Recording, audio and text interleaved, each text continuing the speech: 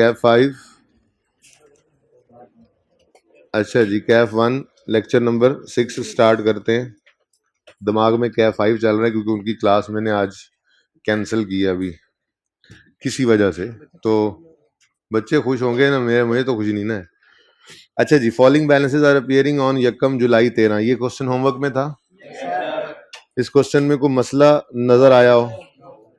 मेरे ख्याल में इस क्वेश्चन का वाहिद मसला ये था कि ईयर एंड जो है वो यकम जुलाई से 30 जून वाला था, और ये मसला मतलब आप लोगों को सारी जिंदगी रहता है, पता नहीं क्यों। ठीक है, चलें तो ये सवाल फिर क्योंकि इसका सोल्यूशन नहीं है तो मैं सॉल्व कर देता हूँ, ठीक है ना।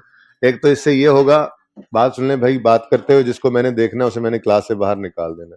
ये फजूल हरकत है यार, आप बात करते रहते हैं जब उस्ताद सामने हो तो। क्वेश्चन करने से जरा ये होगा कि स्ट्रेट लाइन मेथड की रिवीजन भी हो जाएगी। उसके बाद फिर मैं जनरल एंट्री आप लोगों को करवाता हूँ डिस्पोजल की फिर इंशाल्लाह रिड्यूसिंग बैलेंस मेथड सीख लेंगे। लेकिन स्ट्रेट लाइन मजबूत होने की वजह से रिड्यूसिंग बैलेंस पे भी एफर्ट कम ही लगती है, आसानी से समझ आ जाता है। ठीक है तीन अकाउंट्स उन्होंने कहे हुए, एसेट अकाउंट बनाना है, एक्यूमुलेटेड अकाउंट और डिस्पोजल अकाउंट। एक ही डिस्पोजल था। क्वेश्चन नंबर कौन सा है ये?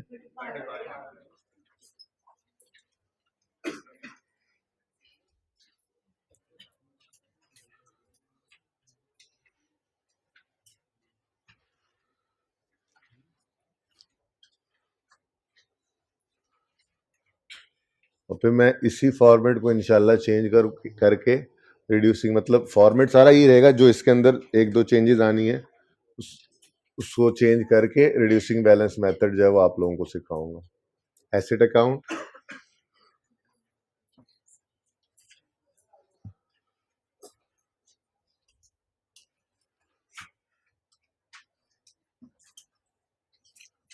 एक्यूमुलेटेड डेप्रिसिएशन अकाउंट, और एक डिस्पोजल है तो एक डिस्पोजल अकाउंट।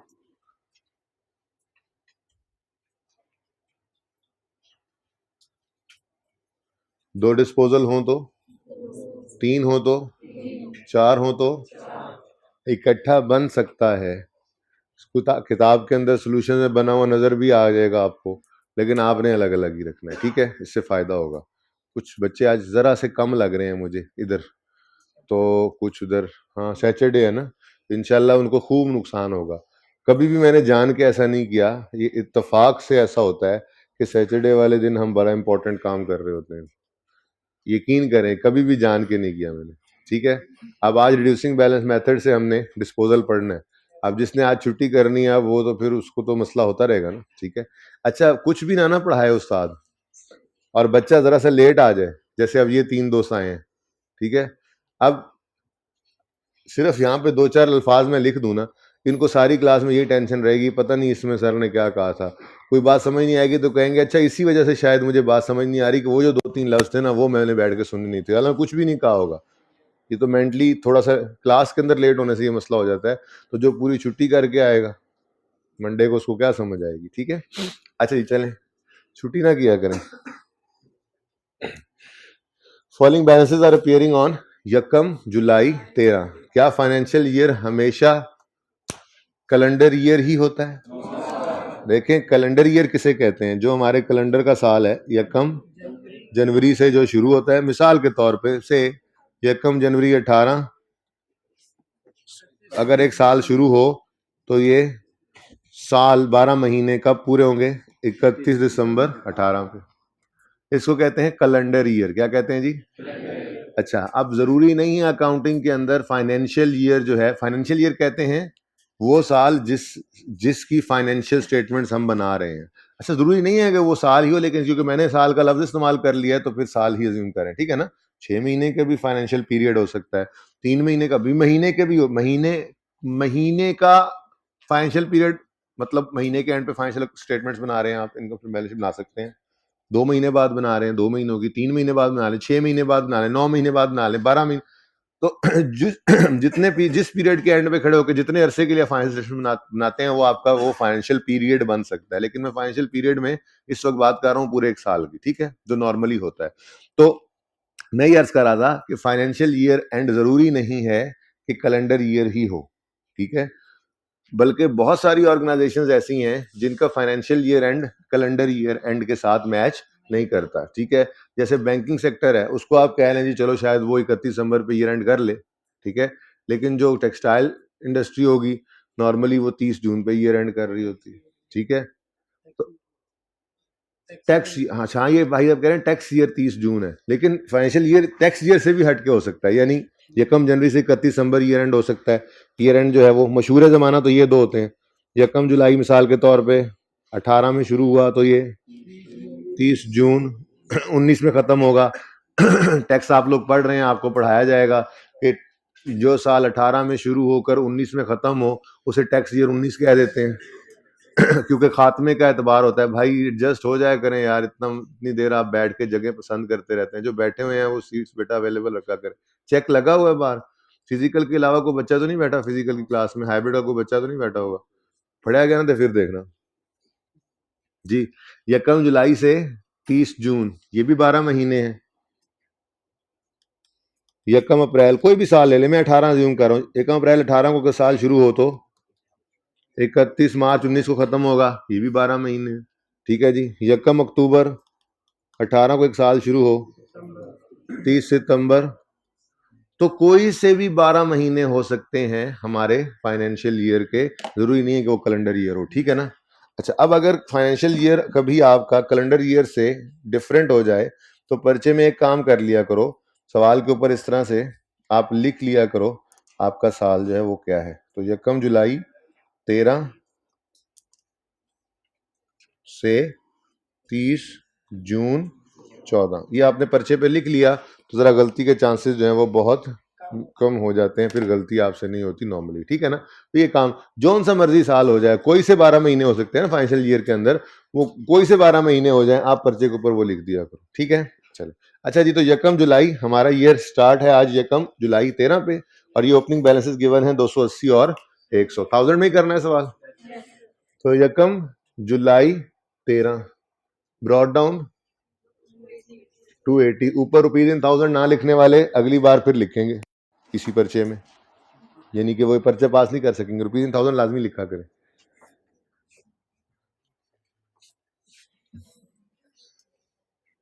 रुपीज इन 1000 लाजमी लिखा करें, ये जरा मैं ताकि आपको दोबारा याद आ जाए एक बार फिर लिख देता हूँ। वैसे तो इतना कह देना काफी है कि रुपीज इन 1000 लाजमी लिखा करें, क्योंकि आप लोगों ने पर्चा पास करना है ना जी, मेरा तो पर्चा पास है। रुपीज इन, जब मैंने पर्चा पास करना था तब मैं भी लिखा करता था आपकी तरह से, अब मैं कह देता हूँ लिख लिया करो, तो ऐसे ही है, आप लोगों को वक्त आएगा लेकिन उस वक्त तक पहुंचने के लिए फिलहाल लिखा करें, ठीक है। डिस्पोजल का अकाउंट रिक्वायर्ड, अगर रिक्वायरमेंट लेजर्स की है तो, और अगर आप रिक्वायरमेंट कुछ और है, मिसाल के तौर पे इनकम स्टेटमेंट बैलेंस शीट बनानी है, मिसाल के तौर पे ट्रायल बनाना है, एक्सट्रैक्ट्स बना रहे हैं, आप कुछ इस तरह का काम कर रहे हैं और आपने उसके लिए डिस्पोजल वर्किंग में बनाया है, ठीक है, तो फिर कोई मसला नहीं है, फिर आप टेंशन नहीं है, फिर रुपीज इन 1000 लिखने की जरूरत नहीं है। वो यहाँ पे जो भी फिगर होगी मेन रिक्वायरमेंट में जब जाओगे तो वहां पे तो रुपीज इन 1000 लिखा ही होगा, वो खुद ब खुद हो जाएगा, ठीक है ना। तो ये अगर रिक्वायरमेंट लेजर्स हो तो फिर आपने रुपीज इन 1000 भी लिखना है, आपने नीचे वो डबल लाइन लगा के टोटल भी करना है, आपने प्रॉपर लेजर बनाना है अगर वो लेजर रिक्वायर कर रहे हैं, और अगर वर्किंग है तो फिर काम चलेगा, कोई मसला नहीं है। ओके, ये बातें समझ आ रही है ना। अच्छा, ये सवाल आप लोग करते हैं इसलिए मैं इसका ये आपको बोल रहा हूँ जी। 1 जुलाई 2013 ब्रॉड डाउन 280, और 1 जुलाई 13 अक्यूमुलेटेड एक्शन का ब्रॉड डाउन 100, डन जी। आखिर वाले भाई नजर आ रहा है ये क्या लिखा हुआ है, ये क्या लिखा हुआ है, ये क्या लिखा हुआ दरमियान में जी। कौन सी वाली हाइब्रिड में आवाज सही नहीं आ रही, 2 में, अब सही है बेटा, अब सही है आवाज हाइब्रिड 2 में। ये आवाज का वैसे मसला ना हो भाई, ये तो थोड़ी थोड़ी बात ऐसे होता रहे, पक्का काम करके आओ। अच्छा जी, नेक्स्ट एडिशन है एक 1 अप्रैल 14 को 30,000 का, एंट्री फरमा दें कितने से, 30,000 से। एसेट का अकाउंट डेबिट, कैश क्रेडिट 1 अप्रैल 13, 14, अच्छा 14। ओहो, फिर ये तो हमारे साल का एडिशन है ही नहीं।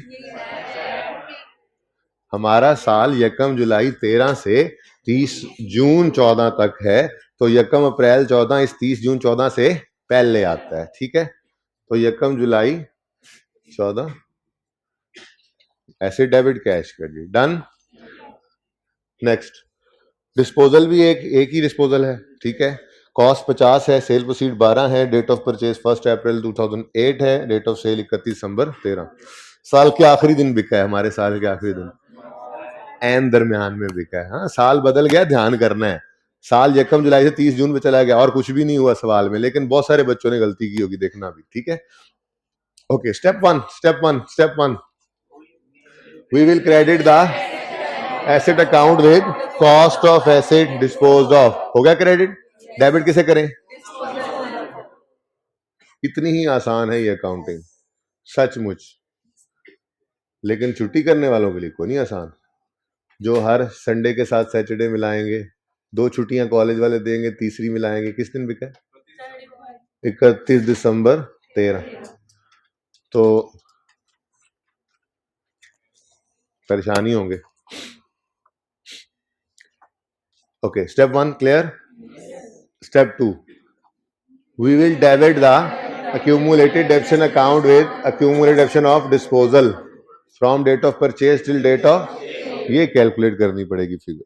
ठीक है, ये कैलकुलेट करेंगे, accumulation अकाउंट को डेबिट करेंगे इस फिगर से, डिस्पोजल अकाउंट को क्रेडिट कर देंगे। ठीक है ना। अब ये फिगर निकालनी है तो मेथड स्ट्रेट लाइन हो तो खुशियां मनाओ। क्यों? क्योंकि 1 मिनट में शॉर्टकट से ये कैलकुलेट हो जाएगा। ठीक है, तो working number 1, accumulated depreciation of disposal। Straight line method है तो क्यों खुशियां मना रहे हैं? हर साल डेप्रिसिएशन ने होना है बराबर, तो 1 साल की डेप्रिसिएशन निकालेंगे, उसको जितनी जिंदगी उस एसेट ने हमारे पास गुजारी है उससे मल्टीप्लाई कर देंगे हमारा आंसर आ जाएगा। ठीक है, accumulated depreciation निकालनी है तो क्या करोगे? डेप्रीसिएशन, मैंने कहा भूल ना गए हो, अंग्रेजी लिख दूं, वैसे तो लिखनी छोड़ दी हुई थी हमने। ठीक है ना। Depreciation expense of 1 year, depreciation expense of 1 year into life passed from date of purchase till date of sale. जरा याद करवाया जरा है दोबारा के ये लिखा था, भूल तो नहीं गए थे? मेथड स्ट्रेट लाइन है, कॉस्ट क्या है? रेट ऑफ डेप्रिसिएशन 10% है सवाल में, यहां से आ जाएगी 1 साल की डेप्रिसिएशन। अब हमें चाहिए नंबर ऑफ ईयर्स जो इसने हमारे पास गुजारे, तो एक छोटी सी वर्किंग यहां पे हम करते हैं। डेट ऑफ परचेज क्या है? 1 अप्रैल 2008, 1 अप्रैल 2008, और डेट ऑफ सेल 31 दिसंबर 2013। 13 हमारा साल आ गया। इसीलिए कहता था या तो मंथ्स गिन लो, ये जब इस तरह से करना तो इसीलिए ईयर एंड को पहले देख कर आओ, उसको जहन में लेकर आओ, फिर यहाँ पे मंथ्स निकालो। भाई समझ आ रही है? सर पकड़ के बैठे हो जो। ठीक है जी, तो ईयर एंड हमारा क्या है जी? 30 जून। ईयर एंड क्या है जी? 30 जून। तो 30 जून ईयर एंड हो, यकम अप्रैल 8 को आने वाले एसेट का पहला ईयर एंड कब होगा? 30 जून 8 पे। 30 जून 8 पे, तो 30 जून 8 तक ये कितने महीने चलेगा? 30 जून 9 तक पूरा साल, 30 जून 10 तक, 30 जून 11 तक, 30 जून 12 तक, 30 जून 13 तक पूरा साल, 30 जून 13 तक पूरा साल। ये पिछला साल एंड हुआ है अभी। और 30 जून 14 वाले साल में, हमारा साल कौन सा है? 30 जून 14 वाला साल, इसमें ये बिका है 6 महीने चलकर। ये ऐसे ही है। कितने बच्चों ने ये वाला एक मिस कर दिया था? मिस करने वाले, सिर्फ ईयर एंड बदला है। फिर सुन लो, यकम अप्रैल 2008 को ये एसेट खरीदा, ईयर एंड अगर 30 जून है तो इसका पहला ईयर एंड कब होगा? 30 जून 8 पे। तो 30 जून 8 तक कितने महीने चला? 30 जून 9 वाले साल में, 30 जून 10, 30 जून 11, 30 जून 12, 30 जून 13। देखो 30 जून 13 ना 31 दिसंबर 13 से पहले आता है, वो पिछला साल था। 30 जून 13 में भी पूरा साल, और 30 जून 14 हमारा साल है जिसके अंदर ये 6 महीने चले। ठीक है, तो टोटल कितना हो गया? 5.75 ईयर्स। ठीक है जी, तो 5.75 ईयर्स, पौने 6 साल इसने हमारे पास हुआ। 28 accumulated depreciation of disposal from date of purchase till date of sale। ठीक है, तो स्टेप 2 में इस फिगर को हमने accumulated depreciation अकाउंट में से डेबिट करके डिस्पोजल अकाउंट में क्रेडिट करें।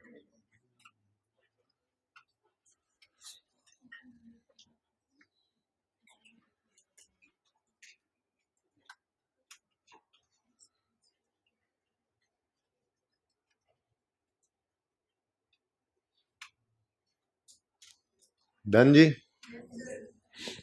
ओके, अब डिस्पोजल को पहले पूरा कर लेते हैं, फिर एक्सपेंस, डेप्शन एक्सपेंस की तरफ आएंगे। ठीक है, तो दोनों स्टेप्स हो गए मुश्किल वाले। Step 3, we will record cash. कितना कैश रिसीव किया हमने? 12,000 रुपए एसेट बिकने पर कैश रिसीव किया या पे किया? कैश आया है कि गया है? कैश का आना कैश अकाउंट में डेबिट, तो डिस्पोजल के अकाउंट में क्रेडिट कर दें 12। अल्हम्दुलिल्लाह अभी तक बैलेंसिंग फिगर इधर ही आ रही है। ठीक है, सारे सवालों में जी बोले। प्रॉफिट एंड लॉस अकाउंट में फेंक दें 9 गेन है या लॉस है, प्रॉफिट एंड लॉस में चला जाएगा। कोई क्वेश्चन? क्लियर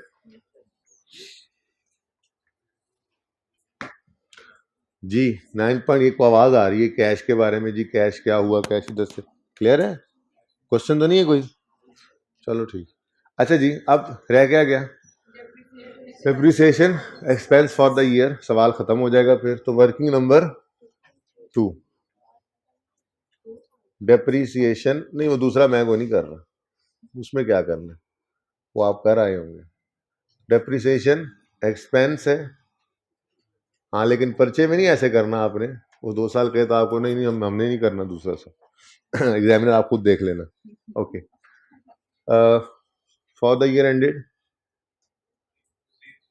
30 जून 2014, 30 जून 2014 के अंदर ऑन ओपनिंग एसेट्स जी, डिस्पोजल्स को अब तो वैसे हम ना भी लिखें तो याद हो ही चुके हैं हमें, रेड से ना भी लिखें तो फिर भी एक्सक्लूडिंग, असल में तैयारी में अगले मेथड की भी कर रहा हूं ना, उसमें भी तो ये सारे काम होने ही है, तो देखेंगे ना फिर क्या क्या फर्क आता है। ठीक है, तो एक्सक्लूडिंग डिस्पोजल मेथड कौन सा है? Straight line. स्ट्रेट लाइन के अंदर जौन सा मर्जी साल हो एसेट का रेट किस पे लगता है? पता नहीं ये बात मैं आज दोबारा से क्यों कर रहा हूँ। अच्छा, स्ट्रेट लाइन मेथड में जौन सा मर्जी साल हो एसेट का, तो रेट किस पे लगता है? कॉस्ट पे। सारे एसेट्स की कॉस्ट पे रेट लगा दें? नहीं, इन सारे एसेट्स की कॉस्ट में 280 की कॉस्ट में ये 50 भी पड़ा है। अगर पड़ा रहने दिया तो ये 50 भी सारा साल डेप्रीशिएट हो जाएगा। तो फिर हमने क्या करना है जी? मुझे नहीं आज क्यों दोबारा लिखे जा रहा हूं मैं सारा कुछ जी। कॉस्ट ऑफ ऑल एसेट्स में से ओपनिंग का अलावा मैं लिख लेता हूं, वैसे ही आपको पता है। कॉस्ट ऑफ ऑल एसेट्स में से माइनस कर देंगे कॉस्ट ऑफ डिस्पोजल, और जो एसेट्स बच जाएंगे वो पूरा साल हमारे पास रहने वाले एसेट्स हैं, उन पे आपने रेट ऑफ डेप्रिसिएशन लगा देंगे। ठीक हो गया? अब opening cost of all assets कितनी है जी? 280, 280 माइनस जाने वाले एसेट की कॉस्ट 50, बाकी एसेट सारा साल रहे हमारे पास जी। आंसर 23। समझ आ रही है सबको? फिर ऑन एडिशंस कितने एडिशन हैं? एक ही है 30 इंटू मेथड तो स्ट्रेट लाइन है लेकिन रेजिडुअल वैल्यू गिवन नहीं है, इसलिए बस कॉस्ट पर ही रेट लगा दिया। ठीक है, कितने महीने? यकम अप्रैल है, 9/12 नहीं, ईयर एंड 30 जून है, तो यकम अप्रैल 14 को ये एसेट आया, अप्रैल मई जून 3 महीने हमारे पास चला है। कितने बच्चों ने यहाँ पे 9/12 कर दिया था तेजी में? होंगे जरूर, मानेंगे नहीं। एक तो निकला है, मान गए। मानने वाले अच्छे होते हैं, मतलब को देख के दुआ तो करता है, या अल्लाह देख ले हूं तू आप ही जी। ये हालात ने तो बंदा दुआ तो कर देता है जी। 3/12 जी 0.75, ये 75 लिखा है मैंने। ओके, उसके बाद ऑन डिस्पोजल्स, डिस्पोजल भी एक ही निकला 50 रेट। चूंकि चूंकि चूंकि स्ट्रेट लाइन मेथड है तो इस एसेट का जोन सा मर्जी 5वां 6वां साल जोन सा मर्जी चल रहा है, ठीक है। हमने रेट किस पे लगाना है? कॉस्ट पे। कितने महीने चला जी इस साल? जी total 26 depreciation expense for the year आ गया जी। एंट्री है depreciation expense debit accumulated depreciation 26.25।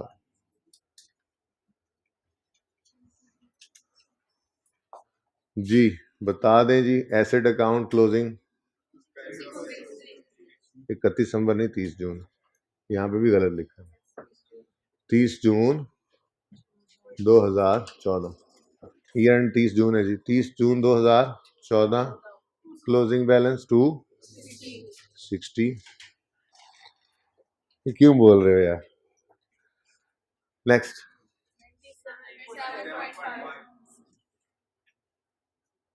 90.5, ये कैरी डाउन एक्यूमुलेटेड डिडक्शन का आ गया 30 जून 2014। एक्सट्रैक्ट तो बना ही लेंगे आप। अच्छा जी,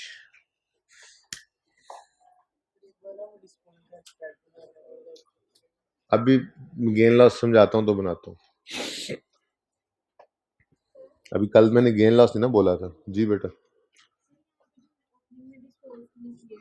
अगर ये पूरा साल अगर डेप्रिशिएट होना हो तो भी यहाँ से निकाल के बेटा यहाँ पर ना 12/12 कर देना, मैं तो ये कहूँगा, ताकि एक सेट पैटर्न रहे, कंफ्यूजन आए ना। कितनी बातें याद रखेंगे हम? वैसे ये बात इतनी कोई मसला नहीं है, अगर वो पूरा साल डेप्रिशिएट होना है तो यहाँ भी पड़ा रहे, यहाँ लाकर 12 महीने करो, आंसर तो इस टोटल में सेम ही आना है, तो वो फर्क कोई नहीं पड़ता। लेकिन मेरा मशवरा है, अगर आप इस तरह का सवाल कर रहे हैं तो फिर मेरा जवाब भी ये है कि अगर 12 महीने भी होना है तो आप निकाल के यहाँ 12 महीने डेप्रिशिएट कर लो, ठीक है ना।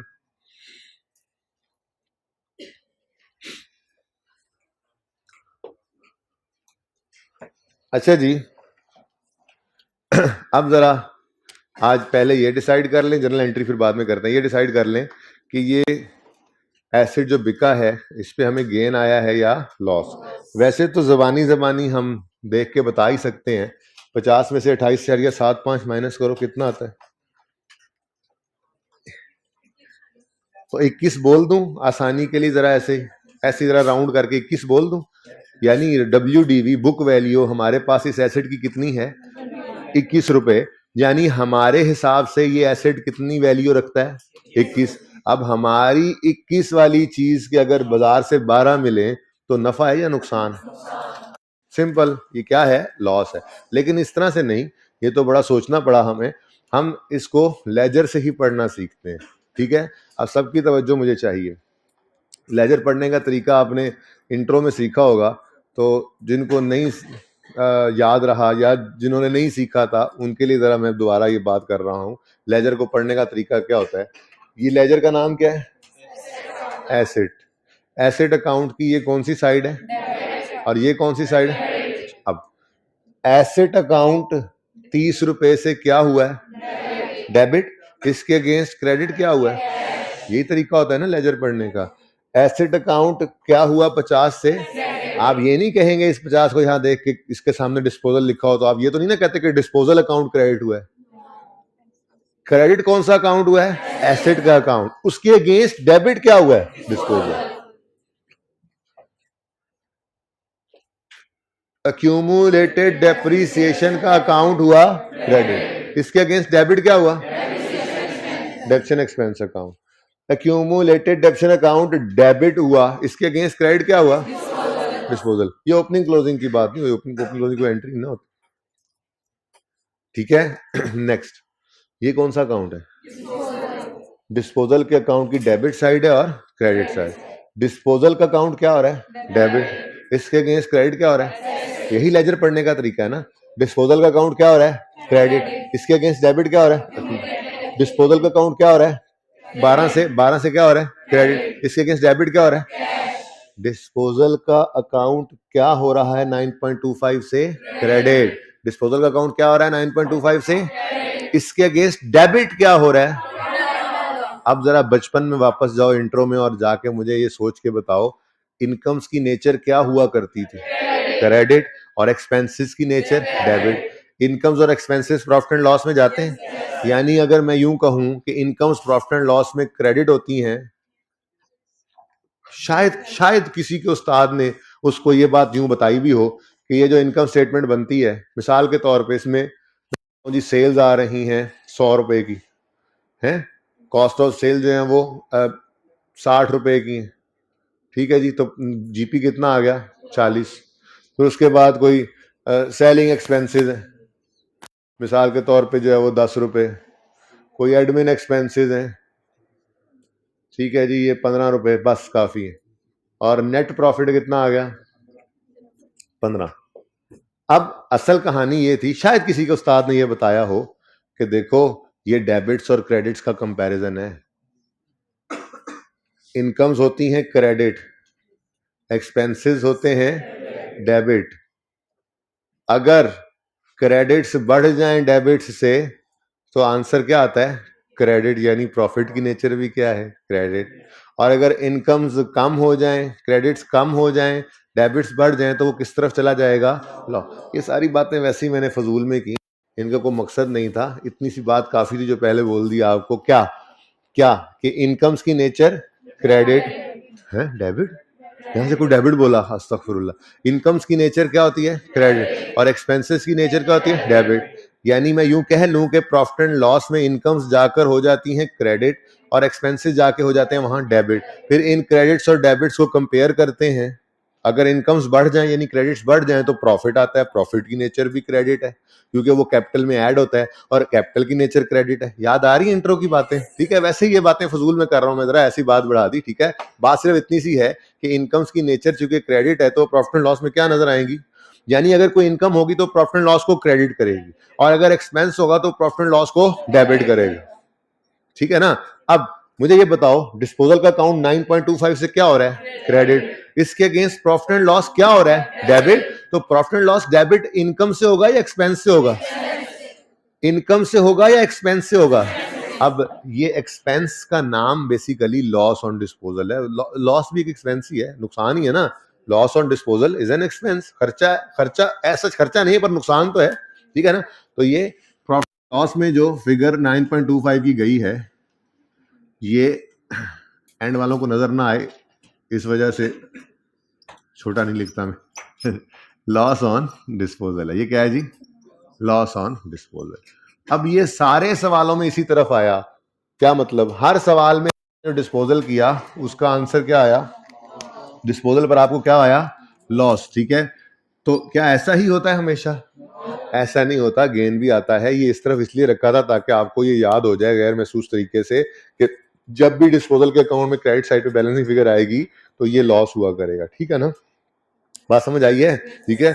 अब अगर इसी डिस्पोजल के अकाउंट के अंदर कभी ये बैलेंसिंग फिगर डेबिट साइड पे आ जाएगी तो वो क्या होगा? गेन। ये तो अब आपको वैसे याद हो गया ना, क्योंकि हर बार क्रेडिट वाली साइड पे बैलेंसिंग फिगर आने का मतलब लॉस था। लेकिन आप पढ़ के भी देख ले, डिस्पोजल का अकाउंट डेबिट होगा, उसके अगेंस्ट प्रॉफिट एंड लॉस क्या होगा? क्रेडिट। और प्रॉफिट एंड लॉस क्रेडिट किससे होता है? इनकम से। ठीक है, तो ये जितने भी सवाल आपने किए इन सब के अंदर ये जो प्रॉफिट एंड लॉस में बैलेंस फिगर गई थी, ये क्या था? लॉस। ये क्या था जी? लॉस था। ठीक है। अच्छा, अब अगर मैं एक्सट्रैक्ट्स बनाऊं इस सवाल के, एक ही साल के बनाऊंगा, ठीक है, तो इनकम स्टेटमेंट में डेप्रीसिएशन एक्सपेंस आएगा 2000। ठहर जाओ, नोट करने की मुसीबत पड़ जाती है, देख तो लो पहले क्या लिख रहा हूं। डेप्रीसिएशन एक्सपेंस कितना है जी? 26.25। ठीक हो गया जी। ये पुराने वाला पहले कर लेना काम। और बैलेंस शीट के एक्सट्रैक्ट्स की बात करूं तो बैलेंस शीट में एसेट का क्लोजिंग 260 है और अक्यूमुलेटेड डेप्रीसिएशन इसमें से माइनस कितनी होगी? 97.5। बुक वैल्यू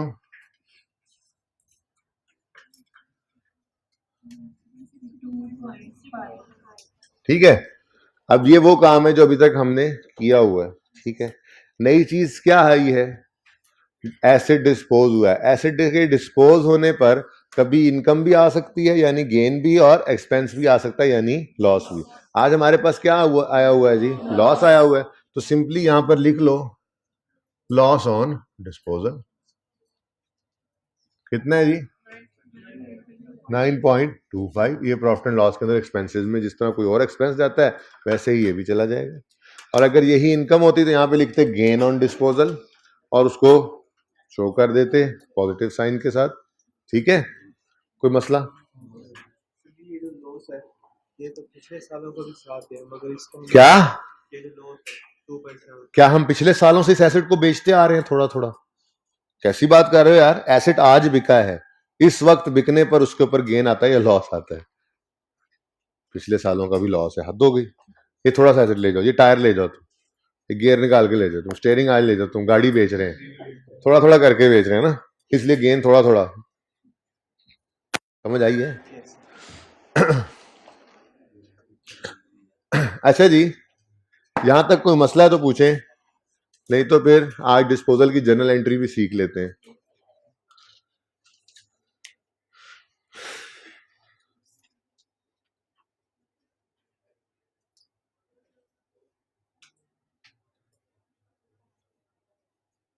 लो भाई, एक जरूरी ऐलान, कपास के काश्तकारों के नाम अहम पैगाम।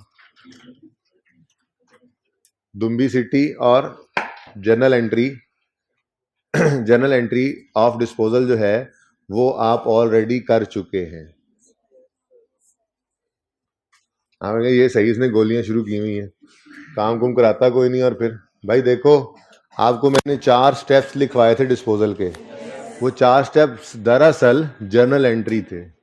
ये दूसरा इम्पैक्ट नहीं, दूसरा इम्पैक्ट लें तो डिस्पोजल अकाउंट बन जाता है, ठीक है ना। लेकिन मैं कह रहा हूं जो 4 स्टेप्स थे, इटसेल्फ 4 स्टेप्स जो थे वो 4 स्टेप्स जर्नल एंट्री कहलाते हैं। तो जर्नल एंट्री आपको आती है। जर्नल एंट्री क्या है जी?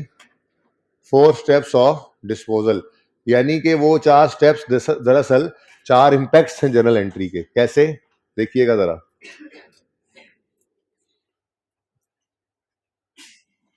डेबिट क्रेडिट दो इम्पैक्ट्स होते हैं ना जी।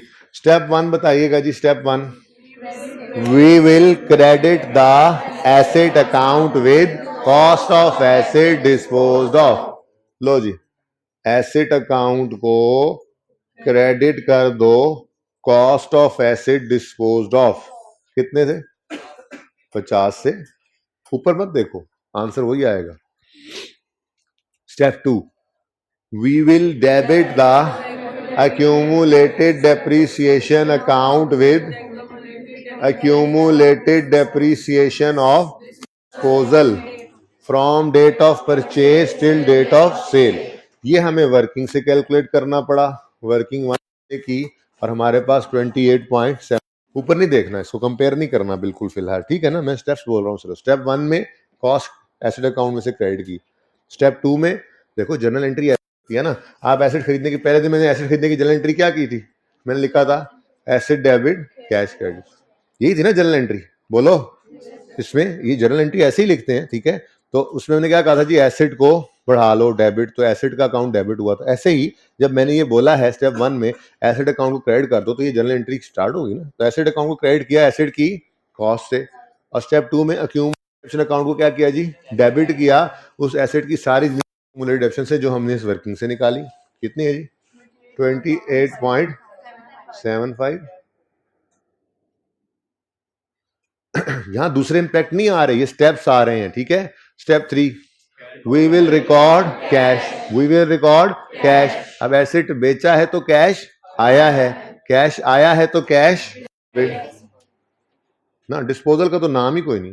कैश का अकाउंट 12 रुपए से डेबिट हो गए। ये 3 स्टेप्स हो गए। स्टेप 1, एसेट अकाउंट क्रेडिट हुआ। स्टेप 2, एक्यूमुलेशन अकाउंट डेबिट हुआ। स्टेप 3, कैश रिकॉर्ड हुआ। यही 3 स्टेप्स हुए ना।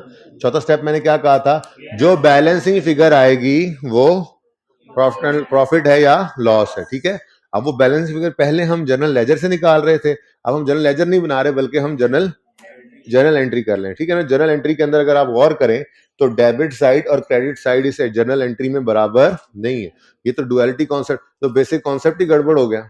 डेबिट और क्रेडिट तो जनरल एंट्री का बराबर होना चाहिए ना, ठीक है। अब अगर आप इसको बैलेंस करते हैं तो बैलेंसिंग फिगर क्रेडिट साइड पे आती है, डेबिट साइड पे, दोनों तरफ आ सकती थी, लेकिन फिलहाल देखें तो कौन सी साइड हैवियर है, क्रेडिट साइड। जनरल एंट्री में क्रेडिट साइड हैवियर है, तो बैलेंसिंग फिगर कहां डालनी पड़ेगी, कितना, 9.25। तो ये 9.25 फेंक दो प्रॉफिट एंड लॉस अकाउंट में। अब जरा देखो, प्रॉफिट एंड लॉस अकाउंट जो है वो डेबिट हो रहा है, तो ये गेन होगा या लॉस होगा। तो ऐसा नहीं है कि ये जनरल एंट्री करें तो आंसर और आए, डिस्पोजल अकाउंट से आंसर और आए। एक ही बात के दो तरीके हैं, ठीक है ना। प्रॉफिट एंड लॉस में हमने क्या किया जी, बैलेंसिंग फिगर फेंकी है। और खैर ये तो ज्यादा आसानी से समझ आ रहा है कि प्रॉफिट एंड लॉस अकाउंट क्या हुआ है स्टेप 4 में, डेबिट। क्या हुआ है, डेबिट। तो इसका मतलब ये क्या है, ये लॉस है। तो उल्टा यहां से पढ़ना ज्यादा आसान है इसकी निस्बत। यहां पे तो हम कहते हैं डिस्पोजल का अकाउंट क्रेडिट हो रहा है, इसके अगेंस्ट प्रॉफिट एंड लॉस क्या हो रहा है, डेबिट, तो इसलिए लॉस। यहां पे तो जनरल एंट्री खुद ही बता देती है प्रॉफिट एंड लॉस क्या हो रहा है जी, डेबिट। तो लॉस ऑन डिस्पोजल, इधर ही, वहां पे भी लॉस ऑन डिस्पोजल ही था, ठीक है। तो ये भाई एक ही बात करने के दो तरीके हैं, या आप जर्नल एंट्री करते हैं या आप डिस्पोजल का अकाउंट बनाते हैं। दोनों में से कोई एक काम किया जाता है, दोनों काम नहीं करने बैठ जाना, ठीक है। अब कौन सा काम करेंगे, जो पर्चे में रिक्वायर करेगा। अगर पर्चे में कहे डिस्पोजल का अकाउंट बनाओ गेन लॉस निकालने के लिए, तो जर्नल एंट्री करोगे तो नंबर नहीं मिलेंगे। पर्चे में कहे कि जर्नल एंट्री करो गेन लॉस निकालने के लिए, ठीक है, तो डिस्पोजल का अकाउंट बनाने पर नंबर नहीं मिलेंगे। हाँ, पर्चे में खामोश है तो फिर आपकी मर्जी है, फिर क्या करोगे वैसे अगर खामोश होगा।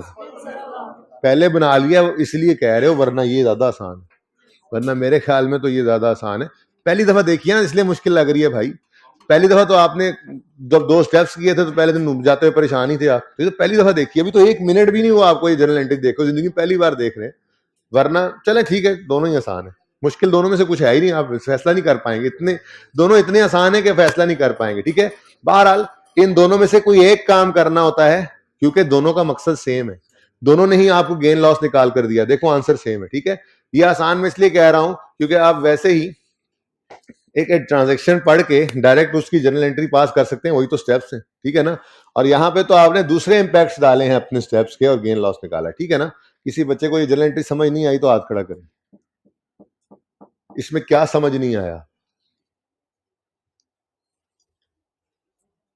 क्या समझ नहीं आया बेटा। फिर मैं तो स्टार्ट से तकरीबन 1 घंटे से पढ़ा रहा हूँ, शुरू से शुरू कर दूं पढ़ना, बोले ना कोई पॉइंट होता है। देखिए क्वेश्चन को एक क्वेश्चन करने का तरीका भी हमें क्लास में आना चाहिए, ठीक है। आपने क्वेश्चन करना है, आपने कहना है जी मुझे ये क्रेडिट होना समझ नहीं आया, या मुझे ये डेबिट फिगर समझ नहीं आई, या मुझे बैलेंसिंग फिगर, ये होता है ना, ठीक है। एक जनरल एंट्री समझिए तो फिर मैं शुरू से, जनरल एंट्री क्या है, स्टेप्स। आपका पहला दिन तो नहीं है, हमने स्टेप्स ऑफ डिस्पोजल पढ़े थे, आपने लिखे हुए हैं steps. General entry steps of disposal ही है। स्टेप्स ऑफ डिस्पोजल के अंदर हमने क्या कहा था, स्टेप 1 में एसेट अकाउंट को क्या किया था, बोलो बोलो बोलो बोलो, क्रेडिट। तो यहां पे एसेट अकाउंट को क्या किया हुआ है मैंने, क्रेडिट, एसेट की कॉस्ट से। स्टेप 2 में मैंने क्या बोला था, अक्यूमुलेशन को डेबिट करेंगे उसकी सारी जिंदगी की अक्यूमुलेटेड डेप्शन से। यहां पे हमने क्या किया हुआ है, अक्यूमुलेशन अकाउंट को जनरल एंट्री करनी तो आती है ना, जनरल एंट्रीज करनी तो आती है ना, ठीक है। तो जनरल एंट्री ऐसे ही होती है, अक्यूमुलेशन डेबिट हुई, कैश डेबिट हुआ, एसेट क्रेडिट हुआ, जो बैलेंसिंग फिगर आई वो गेन भी हो सकती है, लॉस भी। अगर ये बैलेंसिंग फिगर क्रेडिट साइड पे गिरती तो ये गेन था, डेबिट साइड पे गिर गई तो ये लॉस है, ठीक है। अब इसमें से आपको स्पेसिफिकली किस पॉइंट की समझ नहीं आ रही वो मुझसे पूछें। ऐसे कैसे समझ आ गई अब? जी देखें, ये बात ज़हन में रखिए, सवाल जितनी बार मर्जी पूछे, मुझे कोई मसला नहीं होता, लेकिन एक मामला कभी कभी जो आता है, स्टार्ट में आता है, फिर बच्चे जरा गेज हो जाते हैं। स्टार्ट में आता है, वो क्या होता है, मैं तकरीबन 1 घंटा एक बात पढ़ाता हूँ यहाँ से लेके मिसाल के तौर पे यहाँ पे खत्म करता हूँ, तो हाँ जी कुछ समझ नहीं आया तो पूछ लें। एक बच्चा खड़ा हाथ करता है, जी समझ नहीं आया। क्या समझ नहीं आया? सर सारा समझ नहीं आया। अल्लाह के बंदे, सारा समझ नहीं आया होता, नॉर्मली होता एक आधा पॉइंट होता है। स्पेसिफिक क्वेश्चन करें चाहे 10 बार करें, कोई मसला नहीं है। इस पूरे मामले में से कोई पॉइंट समझ नहीं आ रहा, ये बैलेंसिंग फिगर कैसे निकली, अगर ये समझ नहीं आ रहा, इस तरह से आप पूछ सकते हैं, कोई मसला नहीं। क्लियर है तो आगे चलते हैं, वरना फिर पूछ लो इसमें से प्रॉब्लम क्या है। ठीक है जी, और किसी का क्वेश्चन? चलें आगे। ये ट्राई कर लें एक दो सवालों पे। मैंने आपको हर जगह पे कहा था जरा जगह छोड़ छोड़ के आना। छोड़ छोड़ के आए थे जगह? नहीं छोड़ छोड़ के आए थे? क्यों नहीं छोड़ छोड़ के आए थे? चलो थोड़ी सी प्रैक्टिस कर लेते हैं यहां पे। ये कल क्वेश्चन आपने किया था ना, मैंने और आपने मिलके किया था।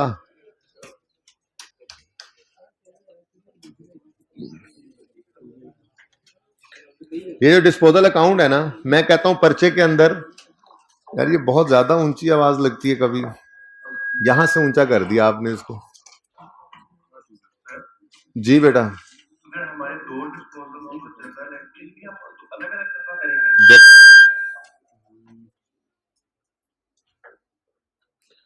सवाल कहां से आया है?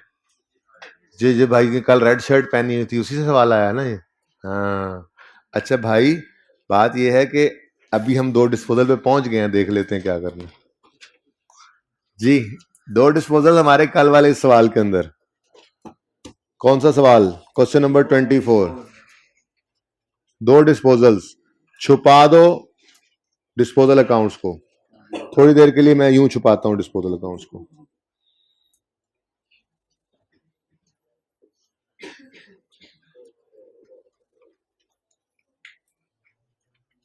ठीक है जी, अब स्टेप बाय स्टेप चलते हैं जी। समझो डिस्पोजल अकाउंट बना हुआ ही नहीं और मैंने बनाना भी नहीं है। मुझे सवाल ने कहा, ये सवाल सामने रख के रिक्वायरमेंट कर दी, pass journal entry of disposal. तो जर्नल एंट्री ऑफ डिस्पोजल क्या है? Steps of disposal. हम 1 बाय 1 शुरू कर देंगे। ठीक है, तो स्टेप 1 क्या है जी? We will credit the asset account with cost of asset disposed off. अब इस सवाल के अंदर हम फिलहाल बात कर रहे हैं इस येलो वाले डिस्पोजल की। ठीक है जी, डिस्पोजल की कॉस्ट 5000 है। मैं इधर आया, मैंने आकर यहां पर, अच्छा आपको ना यहाँ शायद ये मसला भी आया हो कि जी तरतीब क्या रखें हम। आप भाई कोई मसला नहीं है, जो मर्जी तरतीब रख लें, जर्नल एंट्री करनी है ना आपने, कि जी आप पहले एसेट अकाउंट को क्रेडिट कर रहे थे, फिर आप जो है वो कम्युनिकेशन अकाउंट को डेबिट कर रहे थे। हमें तो ये बात समझ नहीं आई, हम तो इस तरतीब से चलना चाहते। भाई जिस मर्जी तरतीब से चलो, जर्नल एंट्री मुझे सही चाहिए बस। ठीक है ना, आप पहले क्यूमुलेटिव एडिशन लिख लो, कोई मसला नहीं। अच्छा एक और बात बताऊं, जर्नल एंट्री ऑफ डिस्पोजल करने का ज्यादा आसान तरीका पता है क्या है? स्टेप बाय स्टेप चलने की बजाय 2-1 दिन में ना आपको, मतलब आज का दिन वीकेंड लगाओगे ना, आपको इंशाल्लाह जर्नल एंट्री याद हो जाएगी। तो जब भी आप सवाल के अंदर जर्नल एंट्री शुरू करो, आप पहले इस तरह से लिख लिया करोगे। ये हमेशा ऐसे ही रहना, कभी चेंज नहीं होना। डिस्पोजल हो तो कभी अक्यूमुलेटेड एक्शन ने क्रेडिट नहीं होना, हमेशा डेबिट ही होना है। डिस्पोजल हो तो एसेट अकाउंट ने हमेशा क्रेडिट ही होना है, डेबिट नहीं होना। ठीक है, कैश भी सिंपल डिस्पोजल, अभी एक्सचेंज की बात नहीं कर रहा, तो मंडे को इंशाल्लाह देखेंगे। सिंपल डिस्पोजल हो तो कैश ने डेबिट ही होना है। तो ये 3 स्टेप्स पहले ही लिख लिया करो।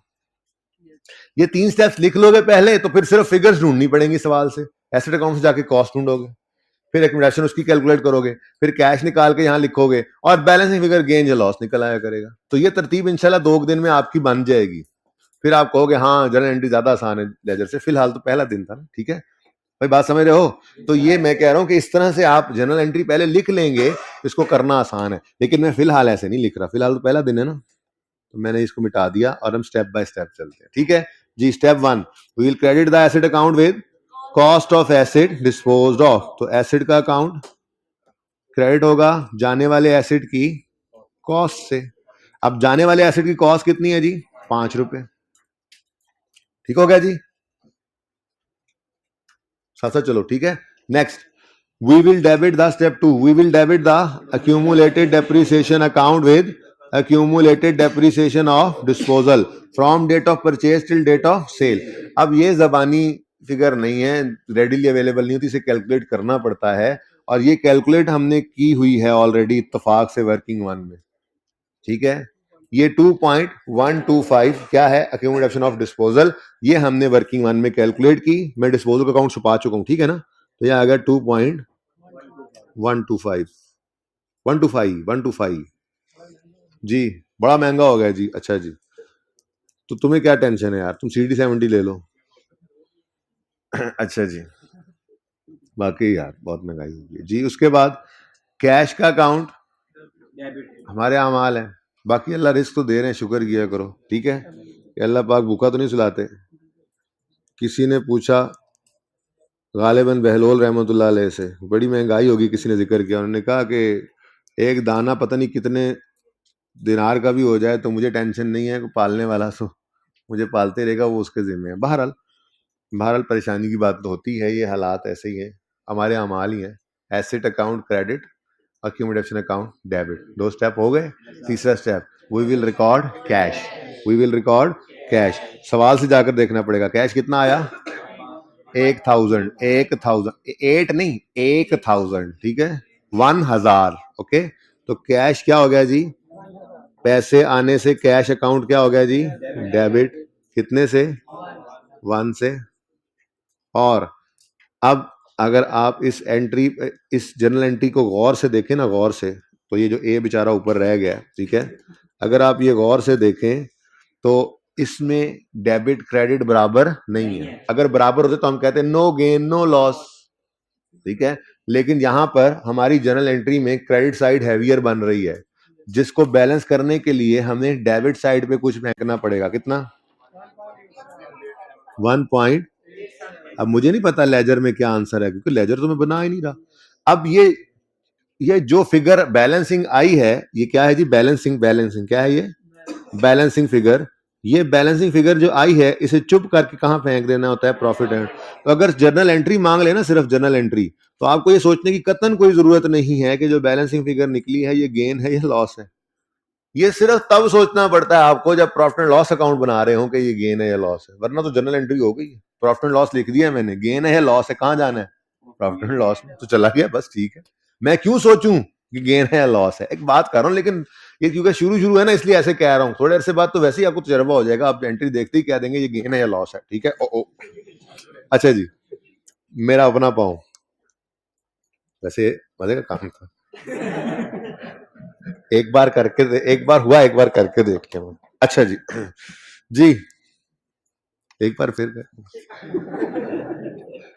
नहीं, लेकिन अब टिकट लगेगा। जी, पहला डिस्पोजल हो गया क्लियर, दूसरे डिस्पोजल को देखते हैं। अब दूसरा डिस्पोजल ना, आप जरा जल्दी से एंट्री कर लें। ये क्या, narration disposal of fixed asset, disposal of asset recorded, asset disposed भी हो सकता है सिर्फ। और बताओ नरेशन क्या होती है, मैंने पहले दिन ही बता दिया था, नरेशन क्या है, जो किया है वो लिख दो। अब क्या किया आपने, ये एसेट डिस्पोज किया है तो लिख दो asset dispose, disposal of asset.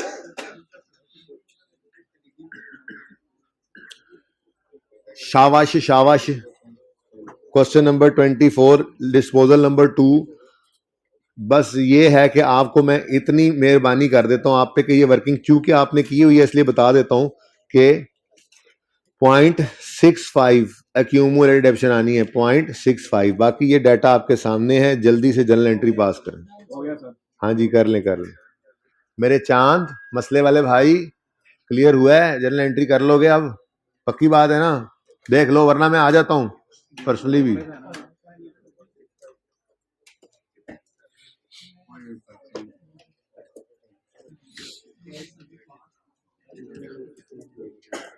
O fix S, अपना रिड्यूसिंग बैलेंस मेथड डिस्पोजल भी करना है, बस करो अब। ये देखो जी, जल्दी से step 1, we will credit the, अच्छा चलो अब थोड़ा सा मैंने कहा वो वाला काम भी कर लेना जो फायदा देगा, ठीक है।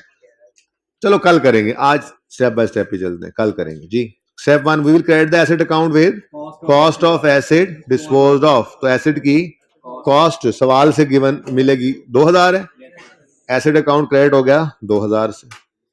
Step 2 we will debit the accumulated depreciation account with accumulation of disposal from date of purchase till date of sale। ये वर्किंग नंबर 2 में 1 में नहीं 2 में हमने निकाल ली हुई है। अगर ये पहले सवाल ना हुआ तो ये निकालते स्टेप पे आके, ठीक है ना, निकालनी पड़ती ना फिगर, तो तब भी निकालते थे जब स्टेप 2 लिखने लगते थे, ठीक है। तो 0.65। Step 3 we will record cash.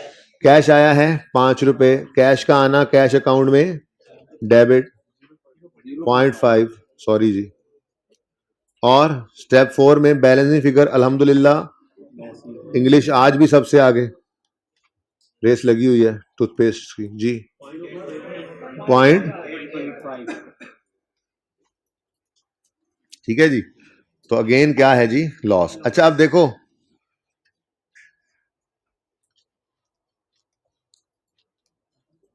आपका रिजल्ट सेम ही होना है। देखो प्रॉफिट एंड लॉस डेबिट हुआ 1.875 से, यानी लॉस है, तो यहां पे कोई क्रेडिट नहीं हो रहा प्रॉफिट एंड लॉस। यहां पे डिस्पोजल अकाउंट में ये फिगर क्रेडिट साइड पे आई है, उसके अगेंस्ट डेबिट क्या हो रहा है, प्रॉफिट एंड लॉस डेबिट ही है। सेम आंसर सेम ही है, ठीक है। प्रॉफिट एंड लॉस डेबिट हो रहा है, यहां पे भी ये दोनों तरफ लॉस ही है, ठीक है ना। तो ये दोनों काम बेसिकली एक ही रिजल्ट निकाल के देते हैं हमें। गेन या लॉस निकालने के लिए जर्नल एंट्री कर रहे हैं हम या डिस्पोजल अकाउंट बना रहे हैं, ठीक है, सही है। चल जी, तो अब जितने डिस्पोजल अकाउंट अभी तक आपने बनाए हैं उनके करीब करीब अगर जगह जिन्होंने मेरी बात मान के छोड़ दी थी तो उसके साथ साथ एंट्रीज कर सकते हैं। छोटी छोटी कर लेना, चुन्नी चुन्नी कर लेना, प्रैक्टिस जरूर कर लेना, ठीक है। प्रैक्टिस जितनी ज्यादा कर लेंगे उतना बेहतर हो जाएगा, ठीक है जी। क्या अल्लाह वालों जगह बची हुई है जी। ये 2 सवाल करने हैं हमने और टाइम है हमारे पास सिर्फ आधा घंटा। लीगल आधा घंटा लीगल है ना, बाकी तो 5-10 मिनट ऊपर वो उनकी बात नहीं कर रहा मैं।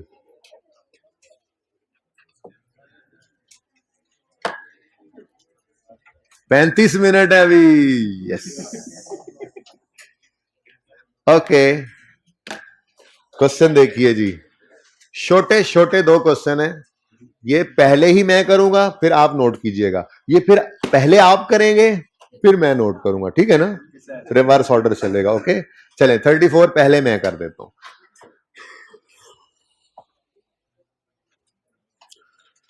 फ्लोइंग बैलेंसेस हैं, बह रहे हैं, पकड़ लें आप रहमत के बैलेंसेस जी। 1 जनवरी 12 पे ओपनिंग बैलेंसेस हैं, asset 900, accommodation 200। Addition of 90 is made on यकम अगस्त 12। Further an asset costing 80 as on यकम 4/9, पुरानी बात है ना, जो कॉस्ट 80 थी यकम 4/9 पे, हम तो 12 में खड़े हैं ना, इज डिस्पोज्ड ऑफ ऑन 30 जून 12, हमारे साल में बिक गया है for 45,000 only. Rate is 10%। Change हो गया काम, चलो चेंज हो गया तो फिर भाई वो डस्टर किधर है, मेरा डस्टर किधर है, ये जज़ाकल्लाह।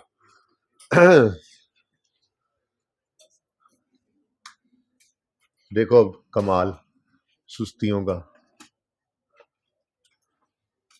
एक ही डिस्पोजल है ना, अल्हम्दुलिल्लाह।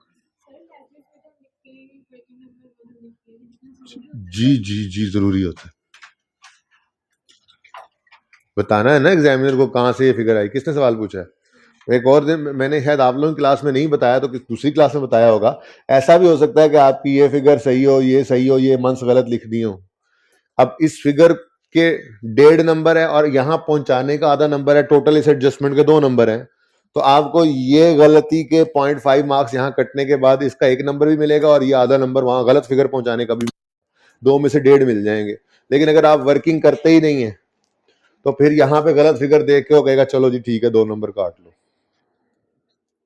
बाकी आपकी मर्जी है, अब आप खुद फैसला कर लें रेफरेंस देना जरूरी है या नहीं है।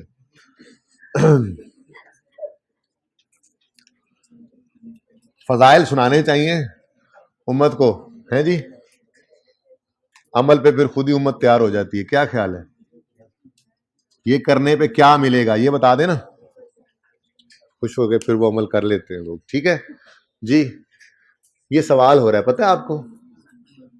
शुरू करें सवाल, मैं तो कहता हूं आप लोग।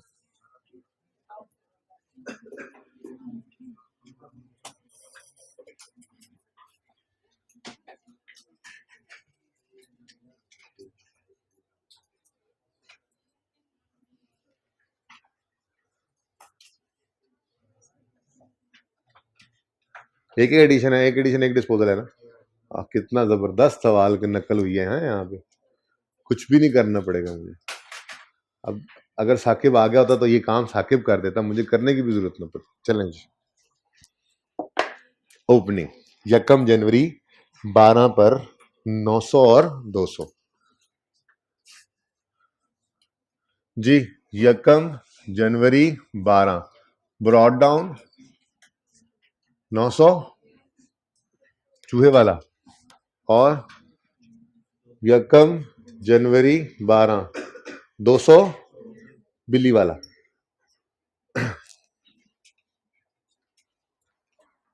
नहीं समझ आई क्या, कहां पे लिखा हुआ बिल्ली वाला और चूहे वाला? आगे समझ। अच्छा जी। एडिशन ऑफ 90 मेड ऑन 1 अगस्त 12 जी। बोले अमाउंट क्या है? 90। सवारी 90 ना 90, speed 190। Acid debit cash credit 1 अगस्त 12। शुक्र है फिर ईयर एंड 31 दिसंबर पे आया है ना। हाँ,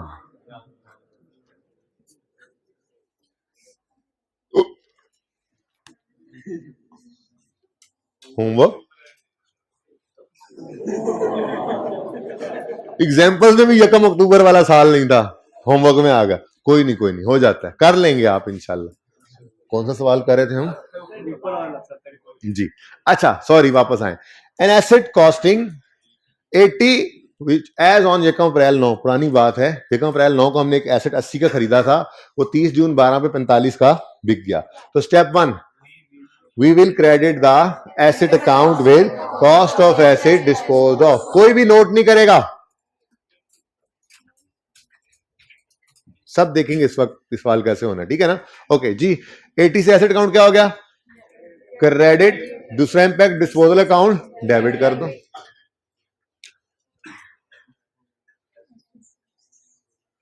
तीस जून 2012 जी। कोई पहले स्टेप में फर्क नजर आया हो तो बता दें, यानी पहला स्टेप तो सेम ही, ठीक हो गया। स्टेप्स सारे ही सेम है, मजे की बात है, सुकून हो गया, ठीक है। Step 2, we will debit the accumulated depreciation account with accumulated depreciation of disposal from date of purchase till date of sale। so debit करेंगे, क्रेडिट कर देंगे डिस्पोजल अकाउंट को, ठीक है जी। और ये फिगर हमें कैलकुलेट करना पड़ती है बस। तो 30 जून 12 और यहां भी 30 जून 12 और यहां पे लिख देंगे डिस्पोजल वर्किंग 1 इसकी करेंगे, ठीक है, सही है। अब ये फिगर बस हमने निकालनी है। तो 80 की कॉस्ट है और रेट कितना था? 20 10, अच्छा 20 अगले में 10% रेट है, तो मसला ही कोई नहीं है। 80 इंटू 10%, 1 साल की डेप्शन आ गई। डेट ऑफ परचेज है 1 अप्रैल 2008, डेट ऑफ सेल है 30 जून 2012, ये एंड 31 दिसंबर है। तो पहले साल में कितने महीने चला? दूसरे में पूरा साल, 10 वाले में, 11 वाले में, 12 वाले में। फिर चेक करो सही है, जल्दी से चेक करो, जल्दी से चेक करो सही है। तजर्बाकार लोग चुप रहे जी। कितने मंथ्स आ गए और कितने ईयर्स आ गए? 4.25 ईयर्स। बोलो, ये 4.25 ईयर्स को यहाँ पे आंसर बता दो प्लीज, क्या हुआ? असल मसला ये हुआ कि ये सहूलत मयसर नहीं है हमें। मेथड है reducing balance. Reducing balance method में हर साल डेप्रिसिएशन बराबर नहीं होती है कि 1 साल की डेप्शन निकालो और उसको मल्टीप्लाई कर दो सारी जिंदगी से। तो आपके मतलूबा सवाल में ये वाली सहूलत आज मयसर नहीं। यानी रिड्यूसिंग बैलेंस मेथड अगर खुदा ना खास्ता आ गया तो आपको यहां पे शॉर्टकट अवेलेबल नहीं होगा। कोई अगर बच्चे निकाल भी लें शॉर्टकट तो मैं वो फिलहाल उसकी तरफ नहीं जाऊंगा डिस्काउंटिंग यूज करके। मैं नहीं कह रहा, ठीक है ना, शॉर्टकट अवेलेबल नहीं है। अगर मेथड रिड्यूसिंग बैलेंस है तो जमाई नहीं लेनी। अगर रिड्यूसिंग बैलेंस मेथड है तो आप शॉर्टकट से एक्यूमुलेशन नहीं निकाल सकते, बल्कि आपको डिटेल्ड वर्किंग करना पड़ेगी। वही डिटेल्ड वर्किंग जो आपने सीखी थी स्टार्ट में जब ये मेथड आप आए थे। तो पहली चीज जो चेंज हुई वो है अक्यूमुलेटेड डेप्रिसिएशन ऑफ डिस्पोजल वाली वर्किंग इस मेथड में आकर। ठीक है, सही है। चलो शुरू हो जाते हैं फिर। ये बड़ा तफसीली काम करना पड़ता है। 1 अप्रैल 2008 को एक एसिड खरीदा था हमने, बोलो 80 का। नहीं, अब मुझे तसल्ली हो जाए, हाँ 9 है। 1 अप्रैल 2009 पे खरीदा था, तो ईयर एंड पहला आया होगा 31 दिसंबर 2009। अब मेथड रिड्यूसिंग बैलेंस भी हो तो पहले साल तो ग्रेड कॉस्ट भी लगेगा ना, ठीक है। तो डेप्रीसिएशन निकालनी है 80 इंटू 10%, पूरा साल नहीं, 9/12। जी बोले। बड़ा वैसे मारा है कल उन्होंने, 6 पे 6। फाइनल बनाया मुझे तो लगता है इन्होंने, लेकिन उन्होंने भी अखीर ही धोया, पता नहीं। मुझे लगा उनको ये नहीं याद आता 20 ओवरों का मैच है, मुझे लग रहा था वैसे देख। अच्छा सुने, 74। अब देखो स्ट्रेट लाइन मेथड होता तो भाई 80 पे 10%, 8 की डेप्शन आती जाती ना बराबर। बोले नहीं, प्लीज, हो गया जो होना था। रिड्यूसिंग बैलेंस मेथड है, इसी वजह से तो शॉर्टकट नहीं लगा, हर साल डेप्शन में बदलना है, ठीक है। तो 31 दिसंबर 10 ईयर एंड आया, डेप्रीसिएशन के लिए 74 इंटू, राउंड कर दूं क्योंकि ये सवाल तो मैं करवा रहा हूं ना, ये तो किसी ने ना किया होगा कि वो डिफरेंट कर बैठा होगा, तो राउंड कर रहा हूं, ठीक है, राउंड कर रहा हूं। 7.4 की बजाय इसको 7 लिख दिया। कोई मसला तो जाए, निकल जाए क्लास में। Book value 67। अब आप कहोगे अगले वाले को भी 7 करने लगा, ये कहूंगा तो ठीक है। 31 दिसंबर 11, कोई पॉइंट नहीं मैंने यूज करना सवाल में, आज मेरा ये टारगेट है, ठीक है। 31 दिसंबर 11 वाले साल में डेप्शन निकालनी है, तो 67 का 10% कितना बना, 6.7। राउंड अप होकर हो गया 7, ठीक है, बस हो गया, क्या हो सकता है, 60 आ गया जी। अब 12 साल आ गया ना, क्योंकि 31 दिसंबर 12 तक ये एसिड नहीं रहा, एसिड नहीं रहे, ठीक है, कहते हैं ना।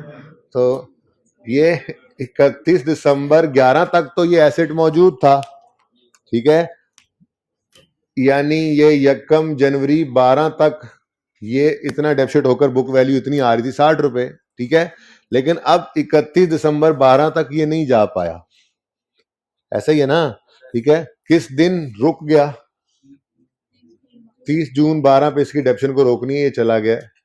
तो 60 इंटू 10% इंटू 6/12, 6 महीने इस्तेमाल हुआ, ठीक है, कितना जी 3, और 57 आ गई जी हमारे पास इसकी book value at the date of disposal.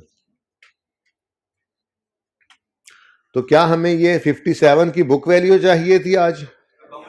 हम निकालने चले थे अक्यूमुलेटेड डेप्रिसिएशन।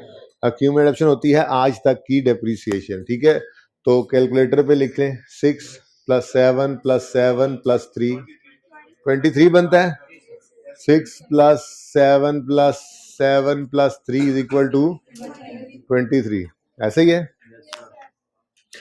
लेकिन कभी कभी वर्किंग इससे भी लेंथी हो सकती है, और फिगर्स पॉइंट्स में हो सकती हैं, आपने कैलकुलेट की हो, या बड़ी फिगर्स हो सकती हैं, तो इसमें टाइम ज़ाया हो सकता है। इसके लिए एक शॉर्टकट है, आपको पहले दिन मैंने बुक वैल्यू का या WDV का एक फॉर्मूला लिखवाया था, कॉस्ट माइनस एक्यूमुलेटेड डेप्रिसिएशन, याद है? अब ये इक्वेशन है, आप मैथमेटिक्स में पढ़ के आए हैं, ये 3 में से कोई सी 2 चीजें अगर अवेलेबल हो तो तीसरी हम बैलेंसिंग निकाल सकते हैं, ऐसा ही है।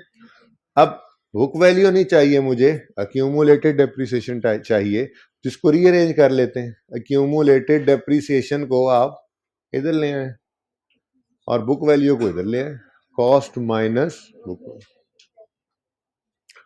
ये फॉर्मूला लग सकता है, तो आइंदा ये फॉर्मूला लगा लिया करेंगे, ठीक है। और ये फॉर्मूला बस आप एक बार लिख लिया आपने, ठीक है, आपको याद आ गया, पर्चे में नहीं लिखा करेंगे। पर्चे में तो ये वर्किंग जब एंड हुआ करेगी, यहां पे यूं लिखा करेंगे एक्यूमुलेटेड डेप्रिसिएशन कैसे निकलती है जी, कॉस्ट माइनस बुक वैल्यू। बस ये वर्किंग शो कर दी एग्जामिनर को, आपने आंसर क्या आया 23, तो वो 23 ही निकल आया करेगा, आपको कैलकुलेशन नहीं करना पड़ा करेगी मल्टीपल डेप्रिसिएशंस की। इनमें गलती के चांस भी ज़्यादा हैं, फिगर्स बड़ी हो सकती हैं, टाइम होता है, ठीक है। तो सिंपल कॉस्ट भी अवेलेबल है, आखिरी बुक वैल्यू निकालिए, दोनों का डिफरेंस लो, अक्यूमुलेटेड डेप्रिसिएशन आ जाए। तो पहला फर्क क्या आया जी आज, वो जो हम accumulated depreciation of disposal shortcut से निकालते थे, आज उसके ऊपर हमें अच्छा खासा टाइम लगाना पड़ा, लेकिन निकल आई फिगर, ठीक है। तो step 1 we will credit the asset account with cost, debit भी हो गया इधर। Step 2 we will debit the accumulation account of disposal, accumulation account with accumulation of disposal from date of purchase till date of sale. और आज इसके लिए हमें रुलना पड़ा, ठीक है, ये फिगर निकाल ली, डन। तो 23 से अक्यूमुलेटेड डेप्रिसिएशन अकाउंट को क्या कर दो, डेबिट, ठीक है, और डिस्पोजल अकाउंट को क्या कर दो, क्रेडिट। अब डिस्पोजल खत्म कर सकते हो आप यहां पे, ठीक है ना। 3 we will record cash, we will record cash, 45 रुपए आए हैं, तो कैश डेबिट डिस्पोजल अकाउंट बिल्कुल सेम चला सब कुछ, ऐसा ही है ना जी। इंग्लिश आज भी सबसे आगे, लॉस ही है 12, प्रॉफिट एंड लॉस के अंदर बैलेंसिंग फिगर 12, ऐसे ही जनरल एंट्री भी हो जाएगी, या आपने होमवर्क में करनी है, ठीक है। तो स्टेप्स भी सेम, डिस्पोजल अकाउंट भी वैसे ही बना, सब कुछ वैसे ही हुआ, वाहिद छोटा सा फर्क क्या पड़ा, ये लंबा सा फर्क पड़ा, छोटा सा नहीं है जी, शॉर्टकट की बजाय आपको लॉन्ग कट से अक्यूमुलेटेड ऑप्शन निकालनी पड़ी, क्लियर, ठीक है। अब रह क्या गया जी, लेफ्ट एक्सपेंस रह गया, चलो बस यही रहेगा, तो इसकी कैलकुलेशन कर लेते हैं जी। मेथड कौन सा है, रिड्यूसिंग बैलेंस। डिस्पोजल के अलावा वाला रिड्यूसिंग बैलेंस याद है, बोलो, उसमें वाहिद फर्क क्या आया था, उसमें तो ये काम भी नहीं करते थे ना, तो वाहिद फर्क क्या आया था, डेप्रिसिएशन एक्सपेंस की कैलकुलेशन करते हुए ओपनिंग एसिड्स जहां पे डेप्रिशिएट करते हैं, तो वहां पे ओपनिंग कॉस्ट नहीं ले सके थे हम, याद होगा आपको, क्योंकि रिड्यूसिंग बैलेंस मेथड में सब्सिक्वेंट ईयर्स में एसिड की कॉस्ट पे रेट नहीं लग सकता, और ओपनिंग एसिड्स का मतलब क्या है, पुराने आ रहे एसिड, तो उनकी कॉस्ट पे रेट नहीं लग सकता। कहो तो मैं ओपन करके दिखाऊं सवाल, नहीं आप ना भी कहो तो मैं ओपन करके दिखाऊं, ये तो ओपनिंग कॉस्ट वाला ही चल रहा है, डिस्पोजल शुरू हो गया, यहां पे लग रहा है मुझे होगा, मिलेगा नहीं,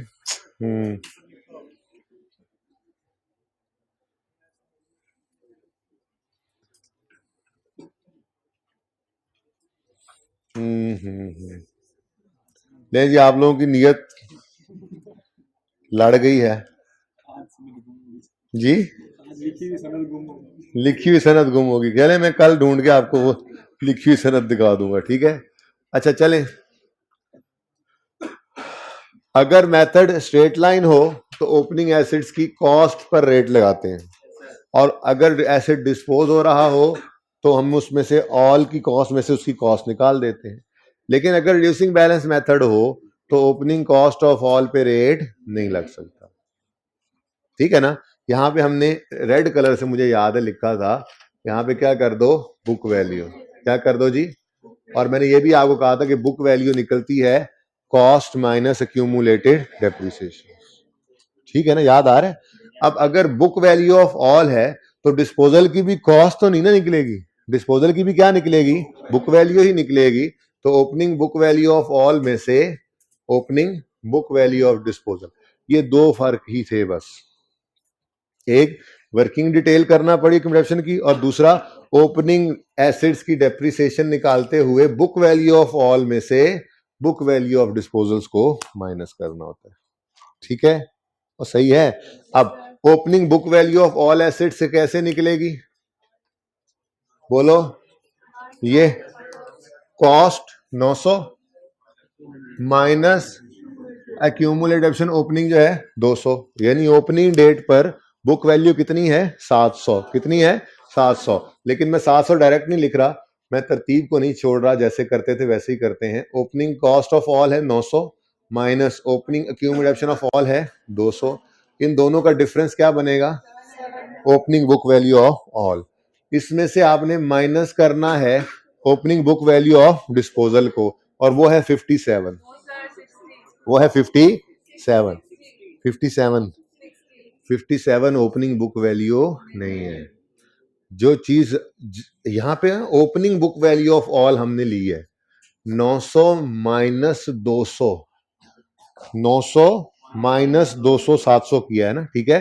तो ये जाने वाले एसिड की, चलो यहां तो कॉस्ट ही पड़ी होगी, यहां पे डेप्शन कितनी पड़ी होगी, यकम जनवरी 12 तक की पड़ी होगी, नहीं पड़ी होगी। तो ये गलती 95% बच्चे तो कम से कम करते हैं कि यहां से 57 को माइनस कर दिया करते हैं। तो इसीलिए मैंने यहाँ पे एक एडिशनल काम कर दिया कि जब भी आपका आखिरी साल आए डिस्पोजल वाला, उसमें आपने यकम जनवरी 12 लिख लिया करना है। ठीक है, इससे फायदा ये होगा कि आप भूलोगे नहीं। Opening book value of all में से opening book value of disposal he minus करोगे, जो कि 60 बनती है। इस पे मजीद बात कर लेंगे, फिलहाल तो चलो यूं समझ लो रट्टा लगा रहे हैं, एक बार इस सवाल को तो पूरा करें। ठीक है, तो opening book value of all 700 में से opening book value of disposal निकाल दो 60 रुपए। जी मैं दोबारा यही अभी कहा, चलो कर लें, बाद में बताता हूं, फिर दोबारा बता दें। जी बोले 10%। आंसर 64। भाई देखो, ओपनिंग बुक वैल्यू किसने दोबारा वाला कहा, दोबारा वाला केड़ा जरा, opening book value of all asset 700 निकलती हुई समझ आती है।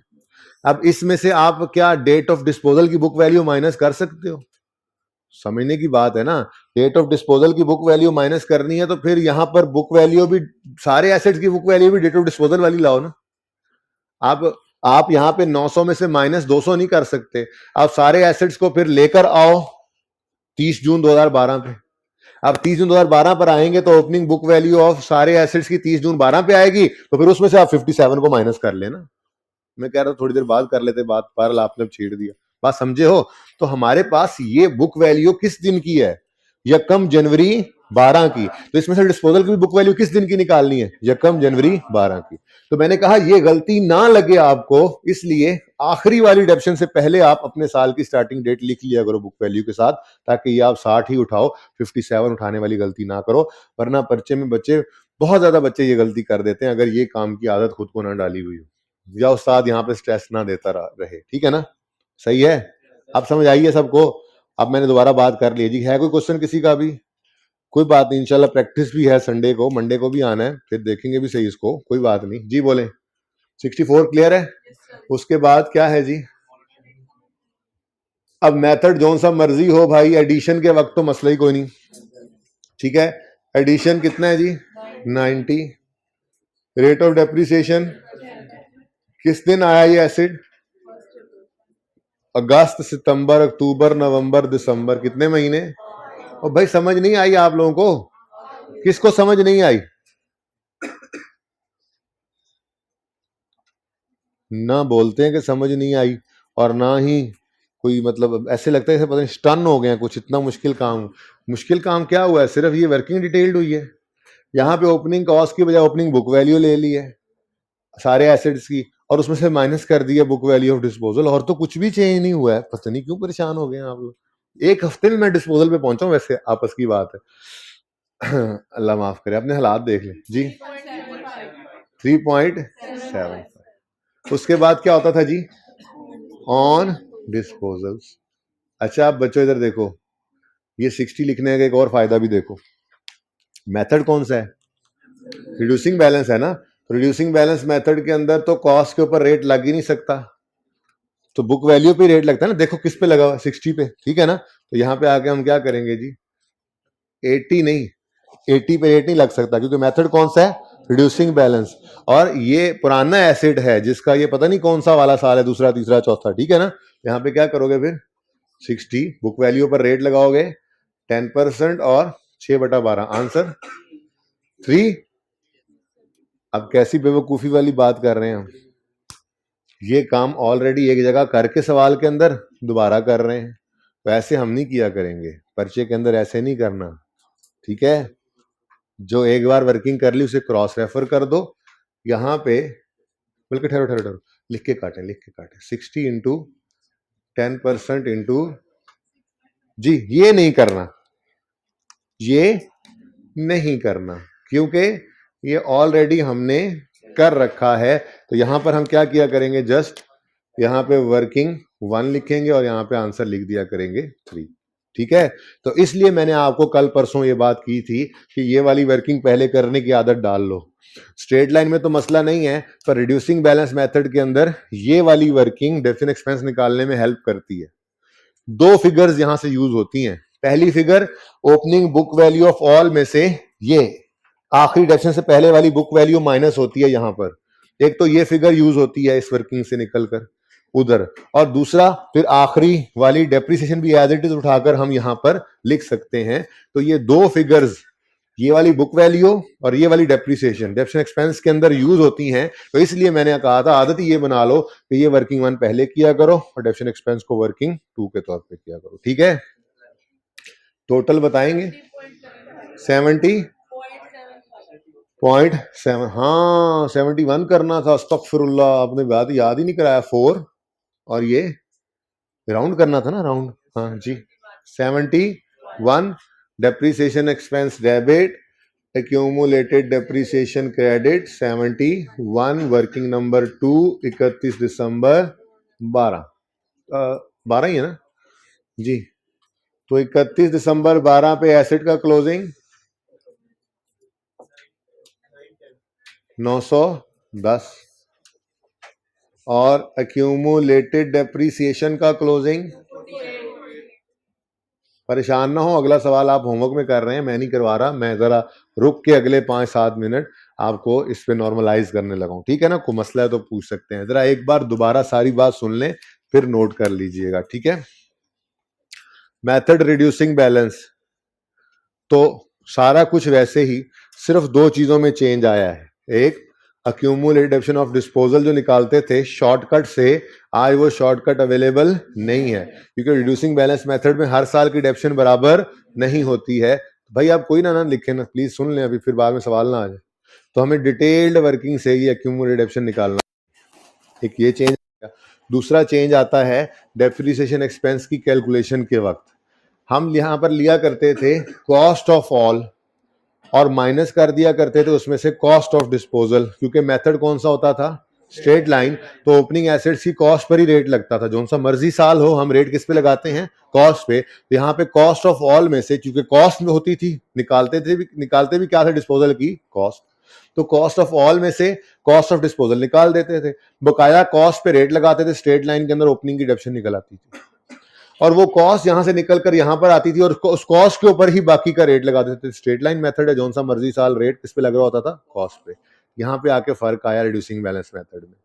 रिड्यूसिंग बैलेंस मेथड है तो ओपनिंग एसेट्स की कॉस्ट पे रेट नहीं लग सकता। बगैर डिस्पोजल वाला सवाल याद है ना, उसमें हमने यही तो किया था, ओपनिंग कॉस्ट की बजाय क्या लिखा था यहाँ पे, opening book value of all, और निकाली भी कैसे थी, कॉस्ट में से अक्यूमुलेटेड ऑप्शन को माइनस करके। अब ओपनिंग डेट की बुक तो है 700 रुपए, ठीक है। ये 700 रुपए की बुक वैल्यू में जाने वाले एसेट की भी बुक वैल्यू पड़ी हुई है, वो कितनी पड़ी हुई है, वो कितनी, वो 57 नहीं है, ये बड़ी अहम बात है, वो कितनी है, 60।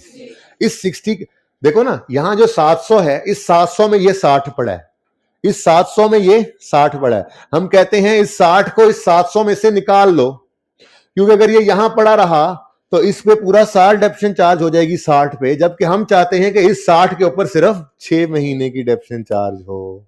बात समझे हो। तो 700 ऑल की बुक वैल्यू में से जाने वाले एसेट की 60 बुक वैल्यू माइनस कर दी, जो बकाया बच गए वो सारा साल डिप्रिशिएट कर लो अब, ठीक है।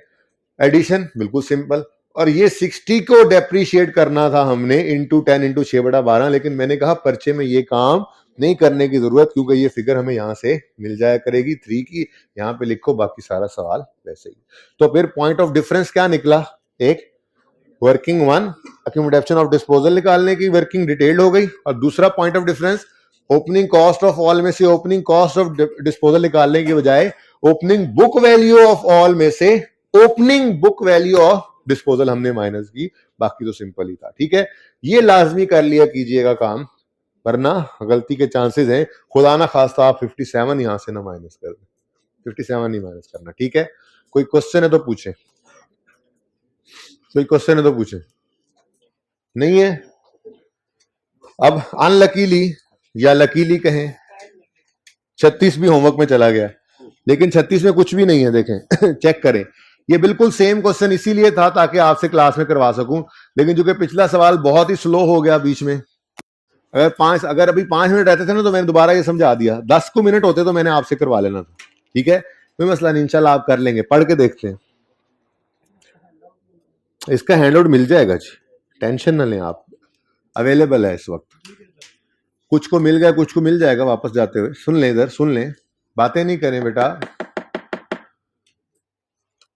Falling balance are appearing on यकम जनवरी 14, प्लांट अकाउंट है और अक्यूमुलेशन अकाउंट है, ओपनिंग बैलेंसेस आ रहे हैं। Addition of 30 took place on, अच्छा जी, यकम March 14, an asset which was purchase यकम मई 11, कॉस्टिंग 90, मैं अपनी तसल्ली कर रहा हूँ, was dispose of 19 September 14 for 12, डेप्शन rate is 20%, सिर्फ रेट बदला है और फिगर्स बदली हैं, बाकी 100% क्वेश्चन सेम है। इस क्वेश्चन के नंबर्स हैं 5 ज्यादा हैं, बहरहाल चलो क्या हो सकता है, 5 इंटू 1.8 करो, कितने टाइम बनता है, 9 नहीं तो फिर 4 मार्क्स करो इसको, ठीक है, 4 मार्क्स का ये सवाल है। उसके बाद following balances are appearing on यकम अक्टूबर 13, इस सवाल का सबसे पहला है ईयर, फाइनेंशियल ईयर डिफरेंट है, लेकिन जिस बच्चे ने सिर्फ इस बात का ख्याल रख लिया, ये बात लिखने का, आखिरी डेप्रिसिएशन से पहले जो बुक वैल्यू है उसके साथ अपने साल की ओपनिंग डेट डाल ले, उस बच्चे से इंशाल्लाह इस सवाल में भी कोई गलती नहीं होगी, ठीक है ना। बस जरूर इस चीज का ध्यान रख लेना है, ओके।